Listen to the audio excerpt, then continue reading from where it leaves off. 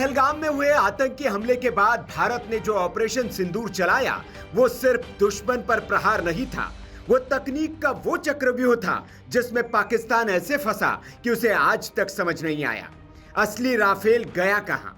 पाकिस्तान ने शोर मचा दिया, हमने भारत का राफेल गिरा दिया। सोशल मीडिया पर सेल्फी, वीडियो, बयानबाजी, लेकिन असलियत क्या थी? असलियत यह थी कि राफेल बिल्कुल सही सलामत था और पाकिस्तान ने जो मारा वो था सिर्फ एक परछाई, एक X guard decoy. X guard Rafale का सबसे खतरनाक हथियार।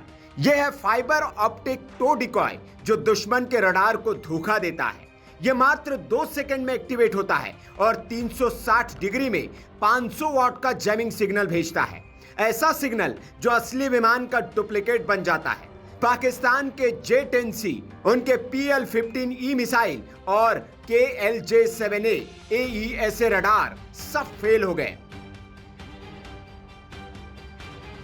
राफेल से निकले एक्स गार्ड को पाकिस्तान ने असली विमान समझ लिया और पूरा हमला उसी पर कर डाला। फायर किया, बम फोड़ा, ऐलान किया, राफेल गिरा दिया। लेकिन असलियत यह थी, राफेल तो ऑपरेशन पूरा करके वापस बेस पर पहुंच चुका था।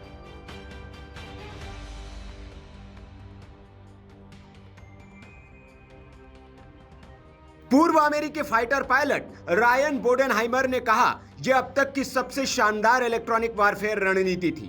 डसॉल्ट एविएशन ने साफ किया, एक राफेल क्रैश हुआ, वो भी ट्रेनिंग के दौरान तकनीकी कारणों से, न कि दुश्मन की फायरिंग से।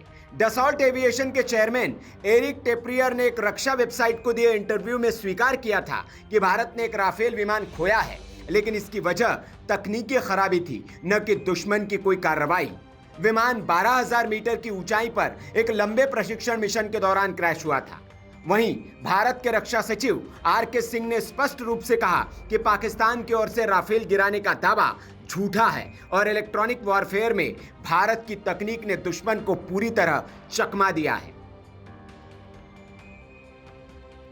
चीन ने तो मौका देखकर और भी घटिया हरकत की, राफेल को बदनाम करने की कोशिश की, कहा प्रदर्शन कमजोर है। लेकिन भारत ने ऑपरेशन सिंदूर से साबित कर दिया कि राफेल सिर्फ एक विमान नहीं, वो एक रणनीति है, एक छलावा है, एक ऐसा अस्त्र है जो दुश्मन को दिखता तो है लेकिन छू नहीं सकता।